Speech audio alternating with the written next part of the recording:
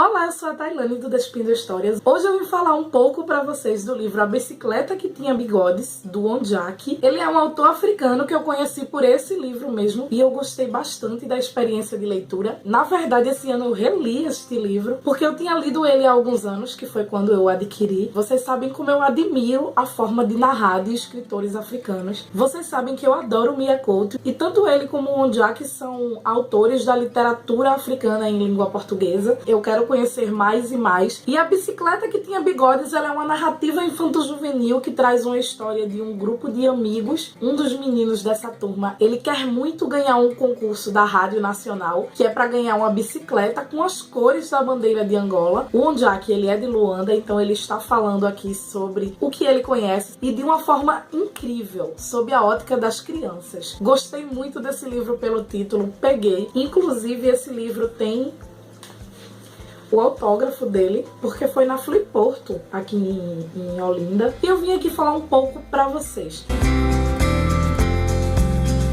Durante a história nós temos esse garoto, que tem vários garotos que moram nessa rua, lançam um concurso na Rádio Nacional que é o seguinte: quem escrever a melhor história vai ganhar uma bicicleta. E o garoto, ele está louco pra ganhar aquela bicicleta, mas ele não se acha capaz de criar uma história. Na rua dele tinha um cara chamado Tio Rui. E a Isaura, que é sua amiga, de quem se dizia que ela não aprendia matemática, mas ela sabia muito da natureza ao seu redor, principalmente dos animais, ela dizia que durante a noite, Dona Alice, que era a mulher do Tio Rui, aparava os bigodes dele. Dizia-se que ele tinha um bigode de escritor e que ele lia algumas coisas e naquele grande bigode dele ficavam restos de palavras. E ela parava e os restos das palavras iam para uma caixinha. Então daí o garoto pensa: se eu pegar aquela caixa que tem restos de palavras e restos de histórias, eu posso conseguir fazer a minha história. E é nessa vontade de saber se o garoto vai conseguir escrever a história e se vai ganhar a bicicleta, também saber se é verdade essa situação fantástica que acontece com o Tio Rui, que essa narrativa ela vai se seguindo. Assim como Mia Couto, o Ondiak tem uma prosa bastante poética, mas há grandes diferenças entre os dois autores, sim. Eu notei uma mudança maior na linguagem, talvez porque o vocabulário dele tem algumas palavras que você não consegue entender de início, mas ao final do livro tem um glossário que não contém todas elas, mas tem a maioria delas, as mais importantes. Eu achei muito engraçado saber que café da manhã, por exemplo, é mata-bicho. Eu achei muito engraçado. É incrível como as mudanças culturais impõem inúmeras mudanças numa língua. Cada lugar tem seus costumes, tem suas formas de falar. Essa é uma história de crianças que mostra tudo por uma ótica bastante poética, não só pelas crianças, mas também pela avó, 19, que é a avó do garoto. Tem uma forma maravilhosa de mostrar um local que estava passando por situações tensas, que é uma história que eu também desconhecia. Na verdade, a história da África, ela não é tão comum a nós. Então, de início, eu meio que me culpei por não saber, mas depois eu meio que entendi, porque nem o nosso sistema de ensino, nem a nossa própria cultura não nos dá tanto acesso a essa parte da história, que é tão importante. Só se fala muitas vezes de negros como escravos. E isso é triste porque tem uma história imensa, por isso que eu gosto tanto de ler o Mia Couto e por isso que eu sei que eu vou gostar bastante de ler outros autores africanos, sejam de língua portuguesa ou não. Fala um pouco da guerra e diz que eles tinham constantes problemas com falta de energia e de água. E são problemas inúmeros que para nossa realidade parecem já coisas ultrapassadas, mas que em outro lugar aquilo é uma realidade. É uma história muitas vezes invisibilizada e é bom que se fale disso. O Ondiak, apesar de ser um autor reconhecido, não é um autor que eu vejo muito resenhas dele, então eu achei muito interessante trazer isso para vocês.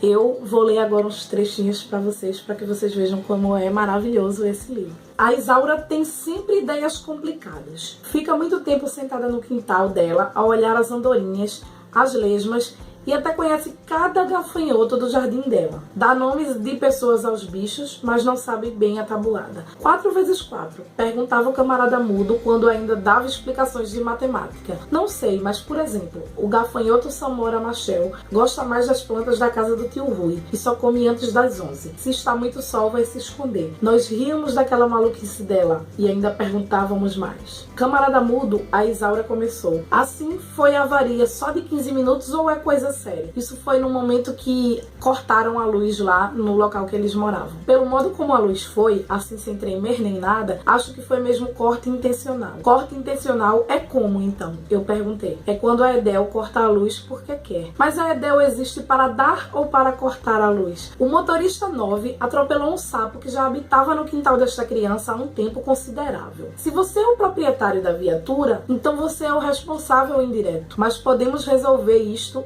amigavelmente. Vamos lá despachar essa brincadeira. Isto não é uma brincadeira, camarada general. Estamos num país onde os direitos das crianças são respeitados. E por adjacência, os direitos sapais. Quando a luz vai, as conversas de rua ficam mais mágicas. Os olhos, tipo, que brilham de outra maneira. As pessoas saem à rua e ficam a imaginar o que poderia estar a acontecer na telenovela. Todos querem saber se no dia seguinte a TPA vai repetir o capítulo que todo mundo não viu. A minha avó fica no muro a rir das nossas histórias. Ou conta também uma história de antigamente. O camarada mudo não entra para jantar. A noite fica mais quente. Os carros passam devagar porque as crianças brincam no meio da rua. Alguém liga um rádio barulhento que quase não se ouve por causa do barulho do gerador do General Dorminhoco. Um cheiro de Petromaxes fica a passear pelos nossos narizes. Dá para roubar mangas, goiabas, pitangas nas árvores alheias. E se jogarmos escondidos aqueles que não são da nossa rua, demoram muito tempo para nos encontrar porque não conhecem os lugares melhores com bons esconderijos, tipo o Volkswagen da doutora Vitória, ou um galinheiro abandonado, ou mesmo a casa aberta de qualquer vizinho, onde só nós, os da rua, podemos entrar sem pedir com licença. Quando a luz vai na minha rua, as crianças afinal reclamam de não ver novela, mas no fundo, ficamos contentes, porque podemos fazer mil coisas fora do ritmo normal de nossas vidas. Esse é um livro incrível, deu para vocês saberem um pouquinho por esses trechos. Eu espero que vocês tenham gostado, não deixem de curtir, de se inscrever no canal e de compartilhar o vídeo para os seus amigos. Um feliz Dia das Crianças para todas as crianças que nos rodeiam e também aquelas que vivem dentro de nós. Tchau, um beijo enorme